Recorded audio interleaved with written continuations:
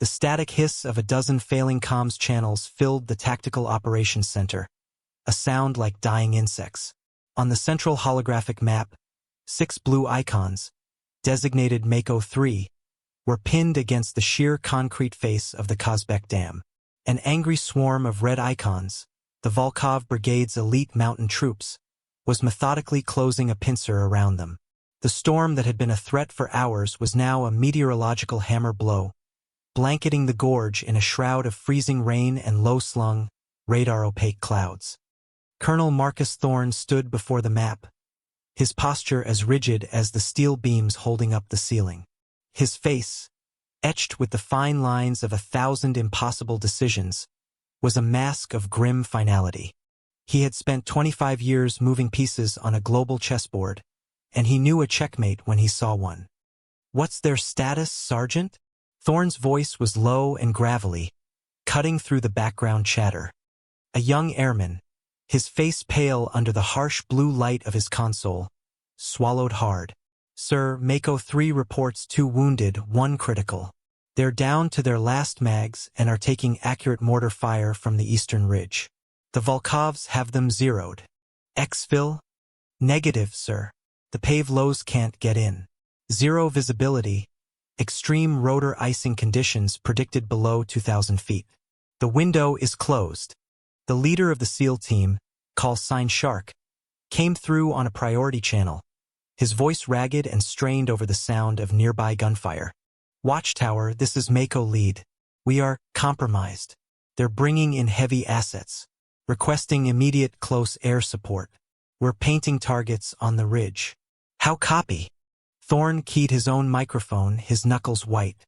"Mako lead, this is Watchtower. Be advised, air support is scrubbed. All assets are grounded by weather.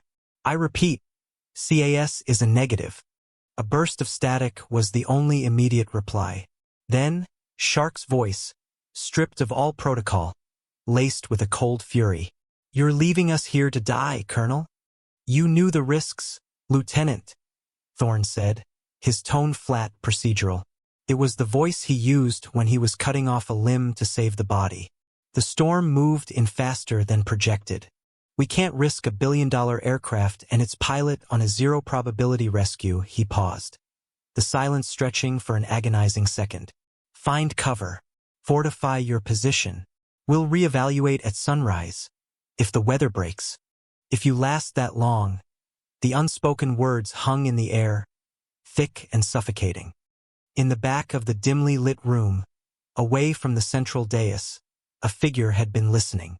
Major Anya Rostova sat on a hardback chair, a cup of long cold coffee in her hand. She hadn't moved for the past hour, her gaze fixed on the topographical display of the Kazbek Gorge. She was a woman built of quiet angles and coiled stillness, her flight suit immaculate, her expression unreadable. She'd been scheduled for a routine patrol before the storm had grounded everyone. Everyone but her. She rose without a sound, her boots making no noise on the polished concrete floor. She walked to the command console, her presence a sudden, sharp focus in the room's diffuse anxiety. "Colonel," she said. Her voice wasn't loud, but it possessed a peculiar quality of clarity that made everyone turn. Thorne looked at her, his irritation barely concealed. "Not now, Major." "There's a window," Rostova stated, not as a question, but as a fact. She pointed a finger at a section of the holographic map, tracing a line deep within the canyon's narrowest chasm. "Here, a thermal inversion layer just above the river. The models predict it, but they miscalculate its stability. It's a tunnel, 500 feet wide, 100 feet high. Below the radar, below the worst of the ice." Thorne's chief analyst, a captain with data charts practically tattooed on his brain, scoffed. "Major, with all due respect, that's a meteorological ghost. The sheer winds in that gorge would tear a plane apart. It's a non-permissive environment." "Your models are wrong," Rostova said simply. She wasn't arguing. She was correcting a faulty calculation. "They're based on satellite data. I've flown that gorge. The granite walls create a Venturi effect that stabilizes the inversion. It's a rough ride, but it's a ride." Thorne stared at her, his skepticism a palpable force field. Rostova was a legend among the pilots, a ghost in her own right. She held every record in the simulator but was known for her unorthodox, almost intuitive approach to flying, something that made men like Thorne deeply uncomfortable. He trusted data, probabilities, and established doctrine. Rostova trusted the feel of the air over her wings. "The answer is no, Major," Thorne said, his voice leaving no room for debate. "We are not sending you into a canyon that doesn't officially exist on a mission that has already been scrubbed. The risk to the asset is unacceptable." He turned his back on her, a clear dismissal. "Get Mako 3 back on the line. Tell them to conserve ammunition." The finality in his voice was absolute. The SEALs were being written off. On the comms, a young operator could be heard, his voice cracking. "They're bringing up a ZSU. God, they're bringing up a Shilka." The room fell silent, the mention of the radar-guided anti-aircraft gun a death sentence. To the men on the ground, the world had shrunk to the size of a muddy, blood-soaked patch of ground at the base of a dam. The air support they prayed for wasn't coming. It was too late. The professionals had all agreed. Rostova didn't try to argue further. She simply gave a short, almost imperceptible nod, turned, and walked out of the TOC. Her steps were steady, measured, and carried her not towards the barracks, but towards the rain-swept concrete of the flight line, where her bird was waiting. The hangar was a cavern of shadows and echoes, the torrential rain drumming a frantic rhythm on the corrugated metal roof. Ground crew, huddled around heaters and drinking coffee, looked up in surprise as Major Rostova entered, her flight helmet tucked under her arm. She was a solitary figure moving with a purpose that defied the colonel's direct order. The base was effectively on lockdown, all flights canceled. Her presence here was an act of quiet rebellion. Her aircraft sat in the center of the bay, a beast of brutalist design. It wasn't a sleek, modern fighter. It was an A-10 Thunderbolt II, the Warthog. Or rather, an experimental A-10X variant the crews had nicknamed Thunderchild. It was ugly, practical, and built around the single most terrifying airborne weapon ever conceived. The Ju-8 Avenger, a 7-barreled cannon that fired 30mm depleted uranium rounds at a rate of 4,200 per minute. This particular Thunderchild was her own. Scars from shrapnel crosshatched the titanium bathtub that protected the cockpit. A long, welded seam ran along the starboard engine nacelle, a memento from a close encounter with a surface-to-air missile over some forgotten desert. The nose art, just below the canopy, wasn't a pin-up girl or a snarling animal. It was a simple, stark depiction of a Valkyrie from Norse mythology, her wings outstretched, carrying the soul of a fallen warrior from a battlefield. For Rostova, it wasn't just art. It was a job description. Her crew chief, a grizzled master sergeant named Elias Vance, met her at the ladder. He held a tablet, his face a mixture of concern and resignation. "Major," the colonel grounded all sorties. "I'm aware, Chief," Rostova said, her voice calm. She began her pre-flight check, her hands moving with an efficiency that was mesmerizing. She didn't follow a checklist on a screen. She followed a physical litany she had performed thousands of times. Her gloved fingers traced the seams of access panels, tested the tension on control surfaces, and ran along the heavy ordnance latched to the hardpoints under the wings. "He'll have your wings for this, Anya," Vance said, dropping the formality. He had been her crew chief for 6 years. He'd seen her pull miracles out of the sky and land planes that had no right to still be flying. "He'll have to catch me first," she replied, not looking at him. Her focus was absolute. She paused at a pylon carrying a brace of AGM-65 Maverick missiles. She tapped the seeker head of one, a gesture that was almost affectionate. "Low doubt status." Vance sighed, realizing he wasn't going to talk her out of it. He switched to professional mode. "As you ordered before the scrub. Full drum for the Avenger, 1,150 rounds of PGU-14/B, 6 Mavericks, 2 Sidewinders for self-defense, and a full complement of countermeasures. She's heavy, but she's mean." "Good," She swung herself up the ladder and settled into the cockpit. The space was snug, more machine than office. It smelled of ozone, hydraulic fluid, and worn leather. She began the startup sequence, flipping switches with practiced economy. The auxiliary power unit whined to life, and the cockpit displays flickered on, bathing her face in a green glow. She slid her helmet on, the world outside muting to a dull roar of rain. The heads-up display materialized before her eyes, a transparent pane of glass overlaid with critical flight data. She connected her oxygen mask, the hiss and click of familiar, comforting sound. This was her true home, a titanium shell hurtling through the sky at 500 miles per hour. Here, there were no politics, no skeptical colonels, only physics, instinct, and the mission. Vance stood on the tarmac below, the rain plastering his gray hair to his skull. He gave her a slow, deliberate salute. It wasn't for the major. It was for Anya. He knew what she was doing. He'd seen the blue icons on the map, huddled and waiting for an end that Thorn had already authorized. Rostova's voice, filtered through the comms, was pure business. Clear for engine start. He gave a thumbs up. The twin General Electric engines, mounted high on the fuselage, spooled up with a deep, hungry groan that escalated into a deafening roar. The hangar seemed to vibrate with the contained power. The Thunderchild was awake. As she taxied out onto the storm-lashed runway, a frantic voice crackled over the base-wide channel. It was the tower controller. Thunderchild 1, you are not cleared for takeoff. Return to the hangar at once. I repeat, Major Rostova, you are violating a direct order from Colonel Thorn. Rostova didn't reply. She lined up on the runway centerline, the rain so heavy it looked like a solid curtain of water. Her hands rested on the throttle and stick, not gripping, but sensing. She could feel the engines vibrating through the frame, eager and strong. In the TOC, Thorn spun around as an airman shouted, Sir, we have an unauthorized takeoff. It's Major Rostova. Thorn's face went dark with fury. He grabbed a microphone. Rostova, you stand down. That is a direct order. Abort takeoff now. On the runway, Rostova pushed the throttles to their stops.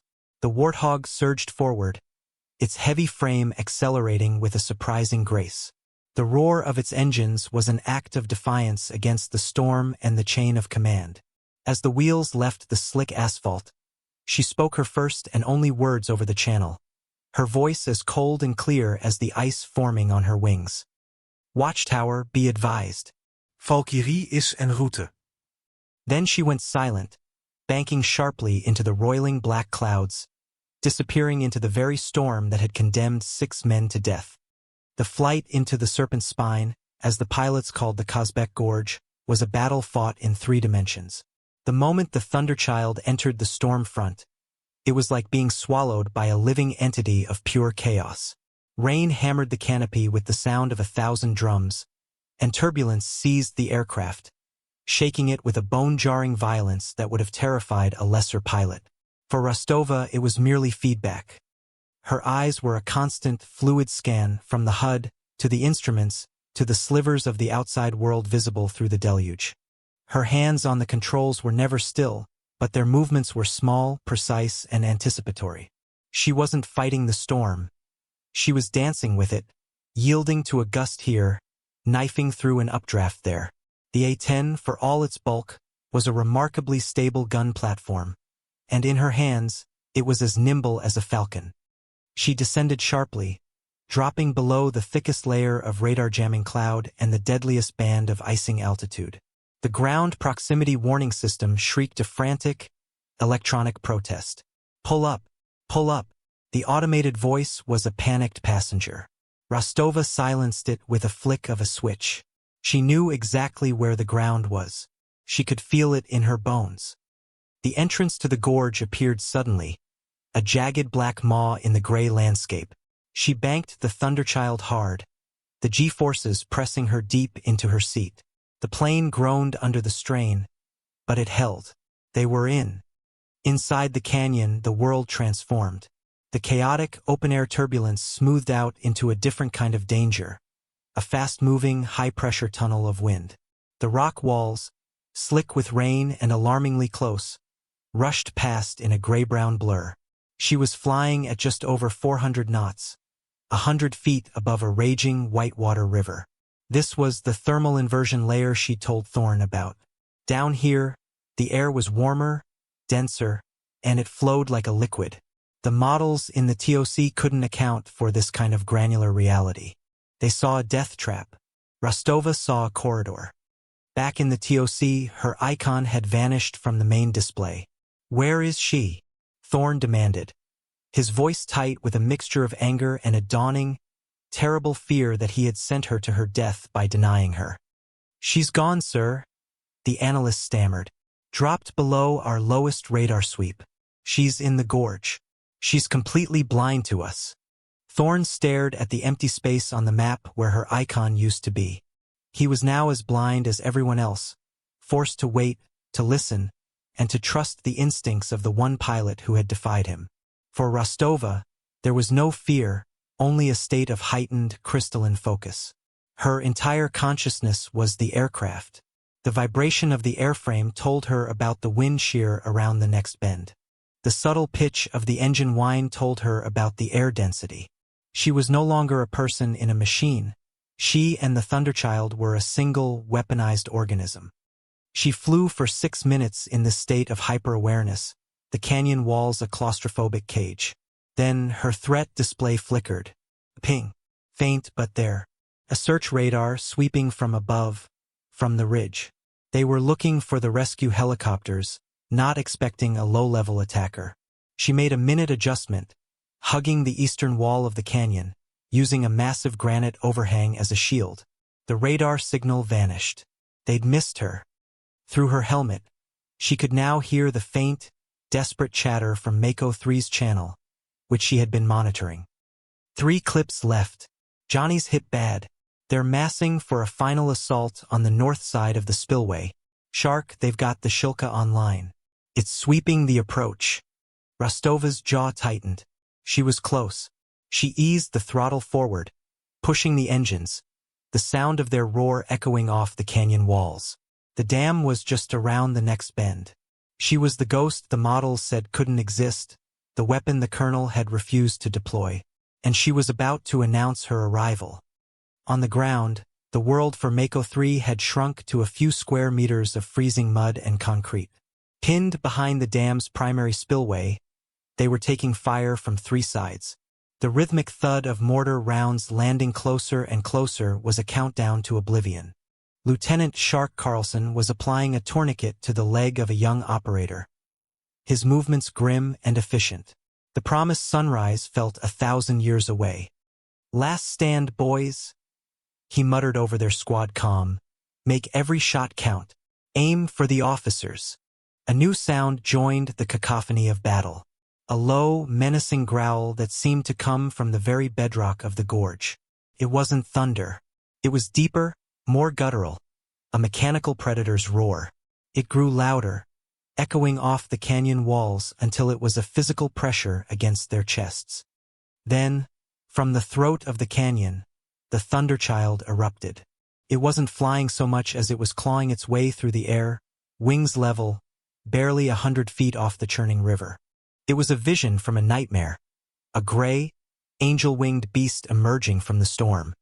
The mortar team on the eastern ridge, who had been raining down death with impunity, saw it for less than a second. For them, there was no warning.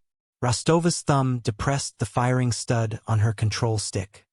The sound that ripped through the valley was not an explosion. It was a cataclysm. Brrrr. A solid 3-second burst from the Gu-8 Avenger.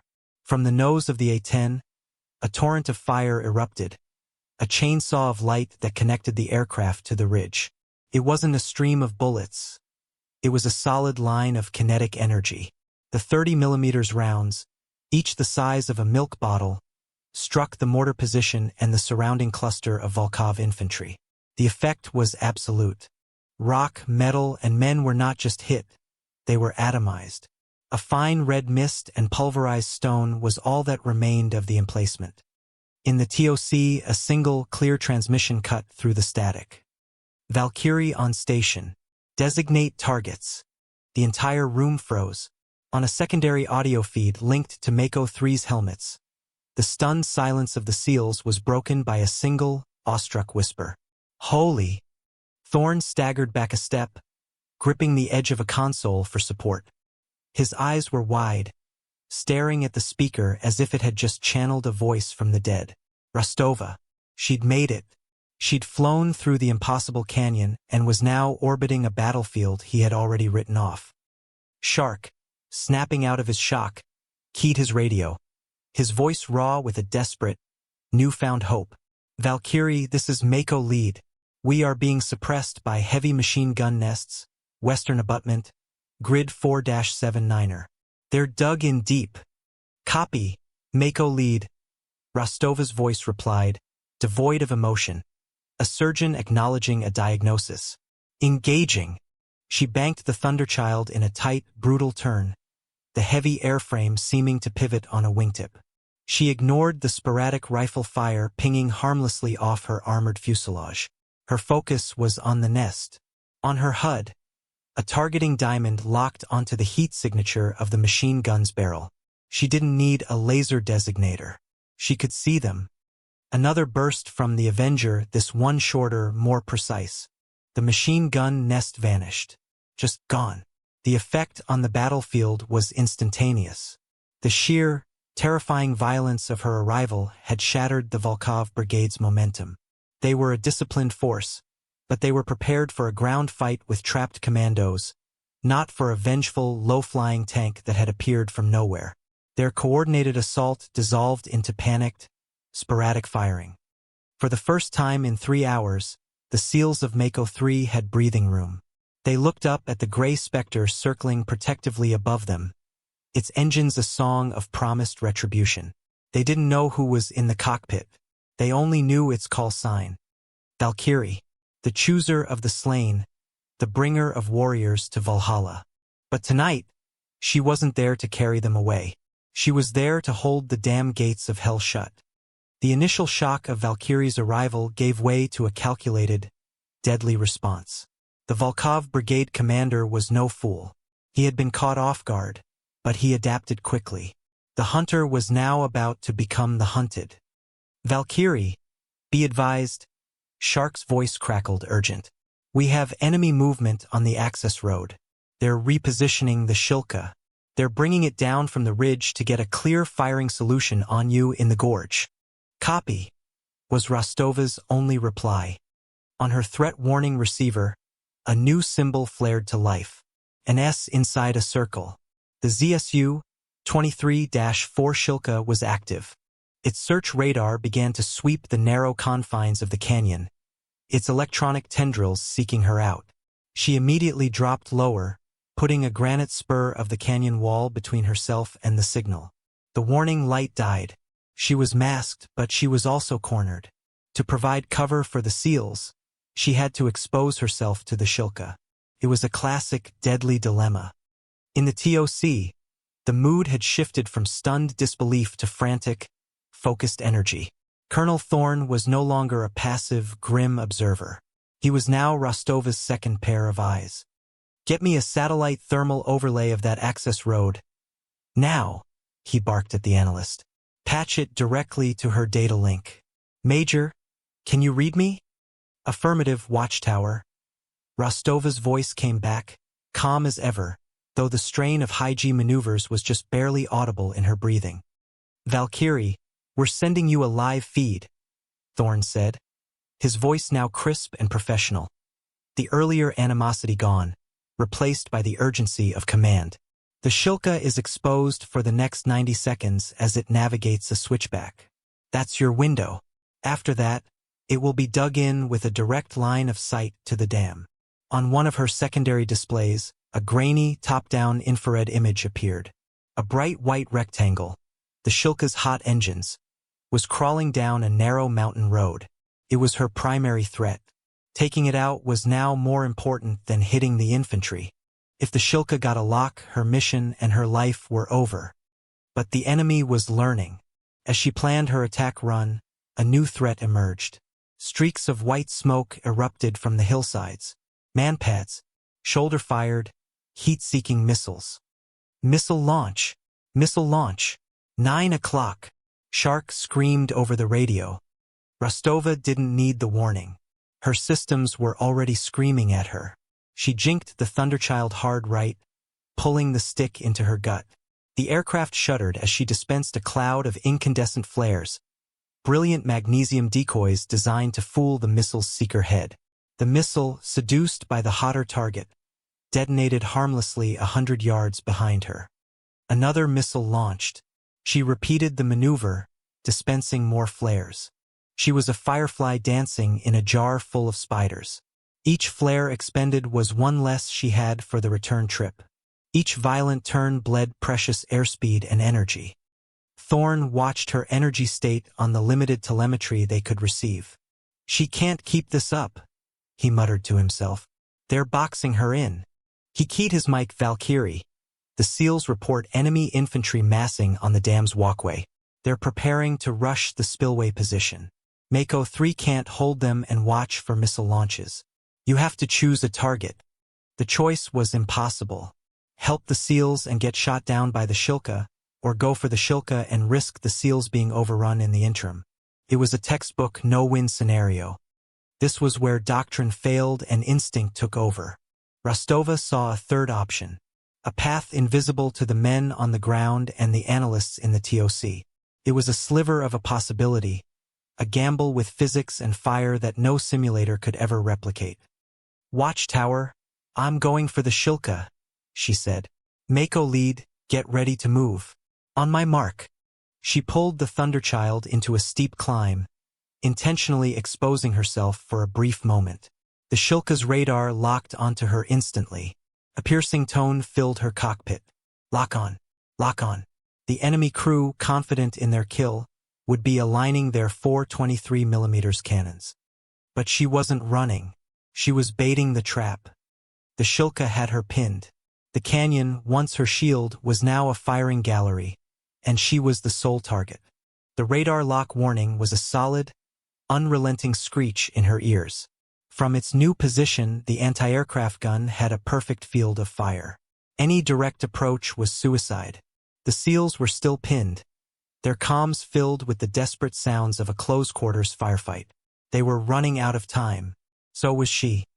"Valkyrie, that Shilka is hot. Evasive action now."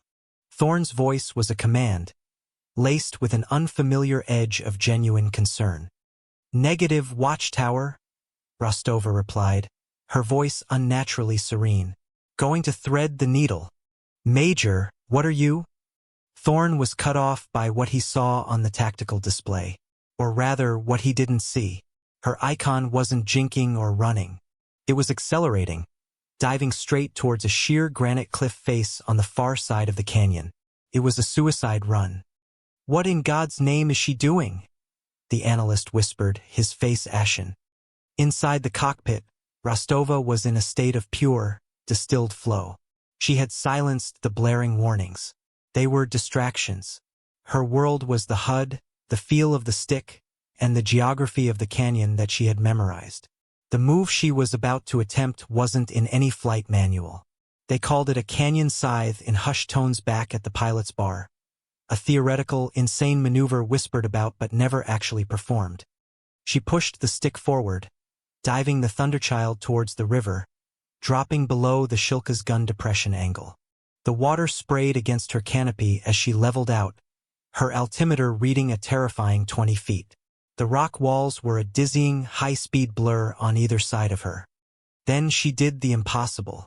Instead of turning away from the sheer cliff face in front of her, she banked into it, pulling the stick hard into a high G, 90-degree turn that followed the natural, concave curve of the canyon wall. For a few critical seconds, the massive slab of granite acted as a physical shield, blocking the Shilka's radar and its line of sight.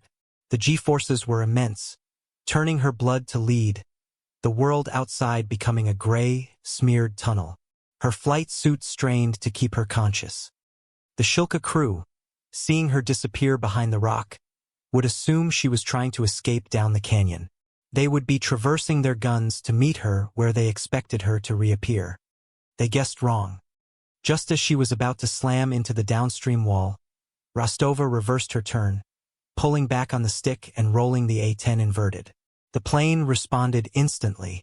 She popped up over the granite spur she had just used for cover, coming at the Shilka from a completely unexpected angle, from the side and slightly above. She was on top of them before their radar could even reacquire a lock. The crew had maybe a half-second to register the monstrous, inverted shape of the warthog filling their viewports. Rostova's thumb toggled from her cannon to her missiles. A calm, female voice in her headset announced, "Maverick lock.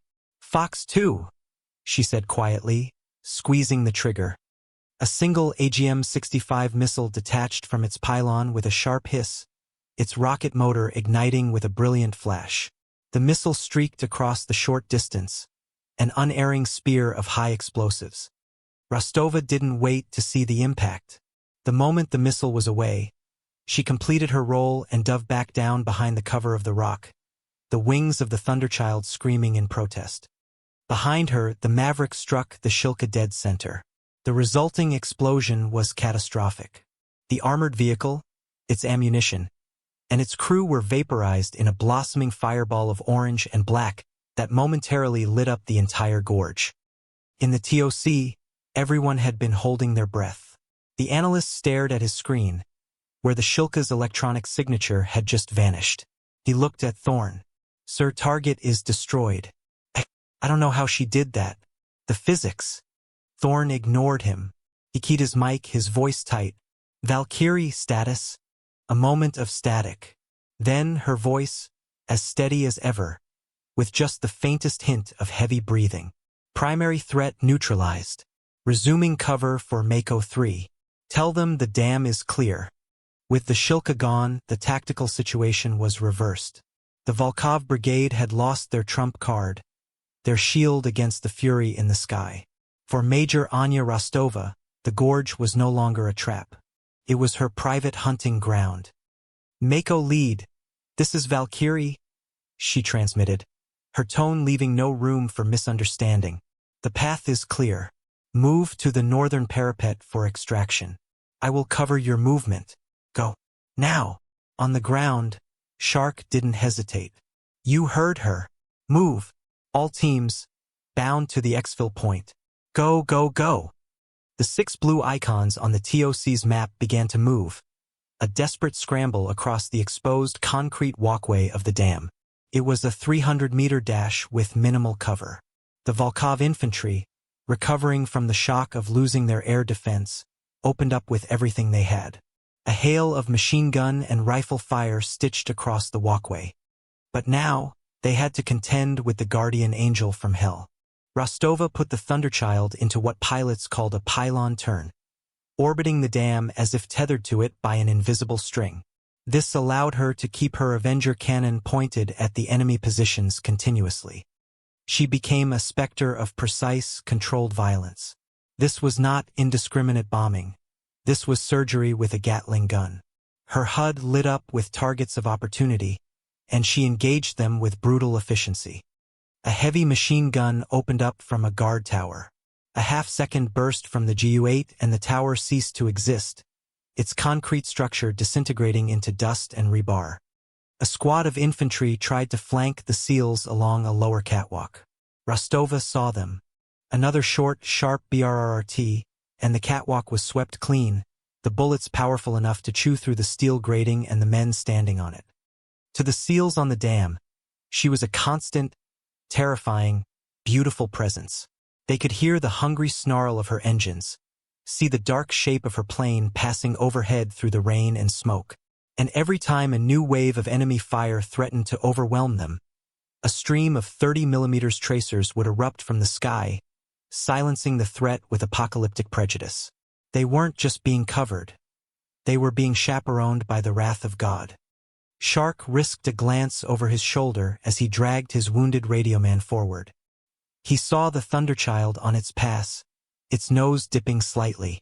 He saw the flash of the gun, felt the air vibrate, and watched a cluster of enemy soldiers who had been about to overrun their position simply vanish. He blinked, the image seared into his retina. In the TOC, Thorn watched the unfolding action, his face a mask of awe. He had never seen anything like it. It wasn't just piloting, it was an art form. She anticipated enemy movements before they happened, suppressed threats before they became critical. She was using her cannon in controlled, disciplined bursts, conserving ammunition, making every single round count. She was single-handedly holding off an entire company of elite soldiers. "Get that pave low airborne," Thorn ordered, his voice ringing with newfound authority. "They'll have a window. Valkyrie is making them a window." The rescue helicopter, which had been waiting on standby, spooled its engines.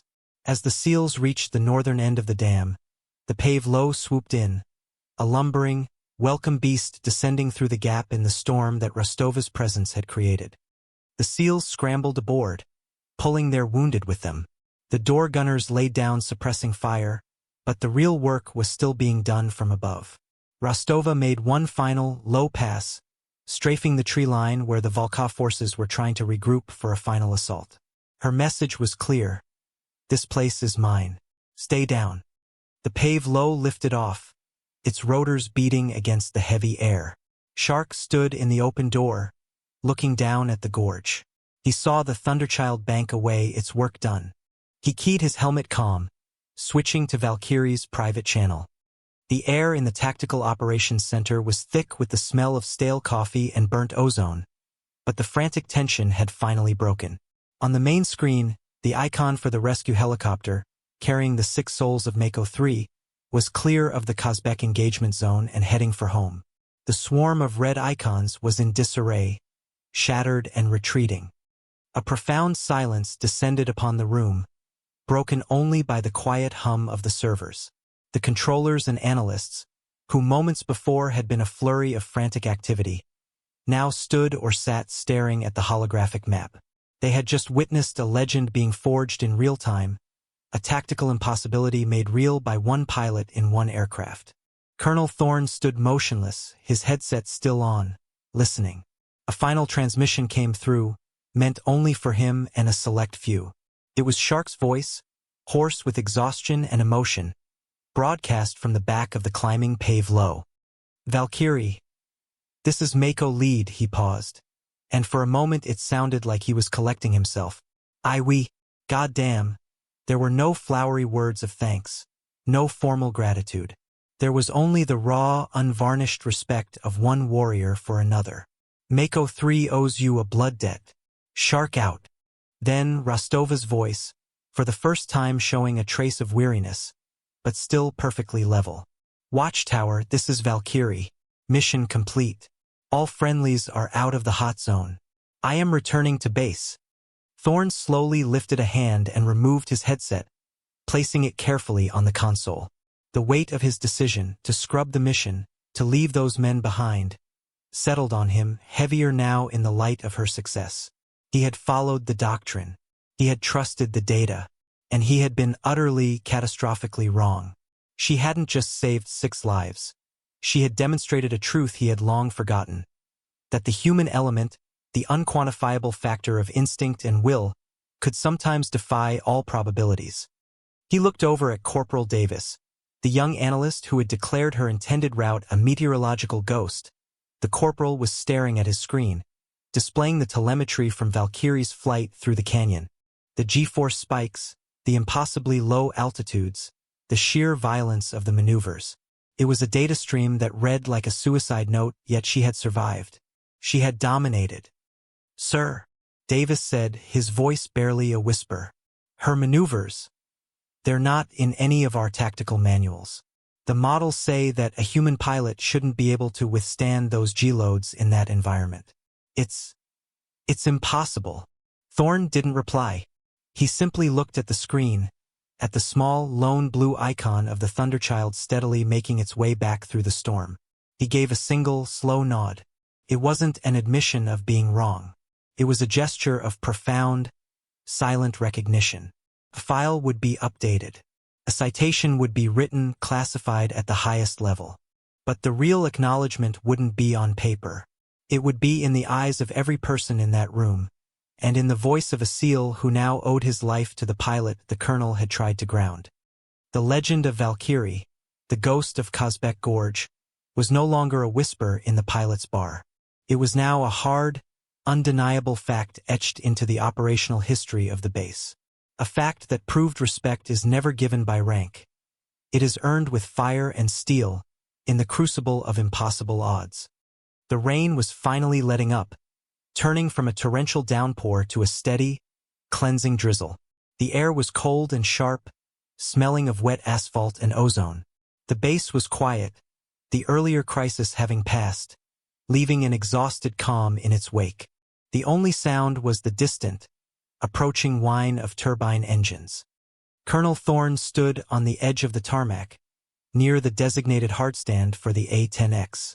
He held no umbrella, letting the cool rain speckle the shoulders of his uniform. He had dismissed his aides, sending everyone back to their duties.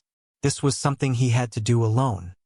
The Thunderchild materialized out of the low cloud cover, its landing lights cutting through the gloom. It approached the runway with a heavy, solid grace, touching down with a screech of tires on wet pavement. It looked immense, primeval, a thing of pure function. As it taxied towards him, he could see the scars from the battle. The leading edges of the wings were peppered with small dings from rifle-caliber rounds. A long, dark scrape ran along the belly, where she must have come terrifyingly close to the canyon rocks. Black scorch marks surrounded the muzzle of the Ju-8 Avenger, a grim testament to its recent work. The aircraft came to a halt in its designated spot.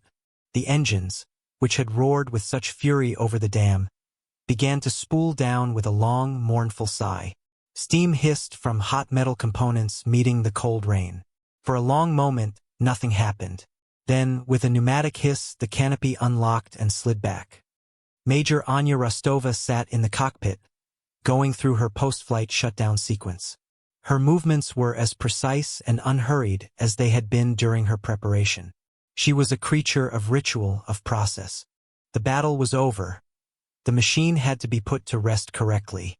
Finally, she unbuckled her harness and pulled off her helmet. She ran a hand through her sweat-dampened hair and took a deep breath, the first, it seemed, since she had left. She swung a leg over the side of the cockpit and descended the ladder, her boots clanging on the metal rungs. She landed on the tarmac and turned.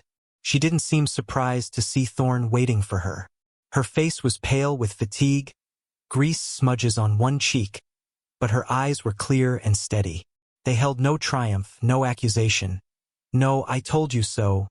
They were simply the eyes of a professional who had finished a job. The two officers stood facing each other for a long moment, the silence broken only by the ticking and cooling of the Thunderchild's engines. Thorne had rehearsed a dozen speeches in his head on the way out here. Apologies, commendations, formal reprimands followed by classified medals. They all felt hollow, inadequate. Instead, he held out the object in his hand. It was a simple, heavy ceramic mug, steaming with freshly brewed, black coffee. He said only one word. Rostova. She looked at the mug, then at his face. She saw the exhaustion there, the weight of command, and something new, a deep, unqualified respect that transcended rank. She reached out and took the mug, her cold fingers wrapping around its warmth. "Colonel," she replied, her voice quiet. She took a sip, the hot liquid chasing away some of the deep chill in her bones. No more words were needed. The reprimand for disobeying a direct order would never be filed. The commendation for valor would be buried in a classified report. But here, on this rain-slicked piece of concrete, between the skeptical commander and the silent pilot, a new understanding was forged. It was a respect built not on procedure or protocol, but on a shared acknowledgement of a terrible truth, that sometimes to save the day, you have to break the rules. Thorne gave a final, curt nod, then turned and walked back towards the distant lights of the command center. Anya Rostova remained where she was, leaning against the warm fuselage of her aircraft. She looked at the Thunderchild, its metallic skin still radiating the heat of battle, its cannons silent. It was more than a machine to her. It was a comrade, the only partner she truly trusted. In the gathering dusk, the nose art of the Valkyrie seemed to look back at her, a silent acknowledgement of a promise fulfilled. The fallen had been brought home, the dam had been held, and the silence was the only praise she ever needed.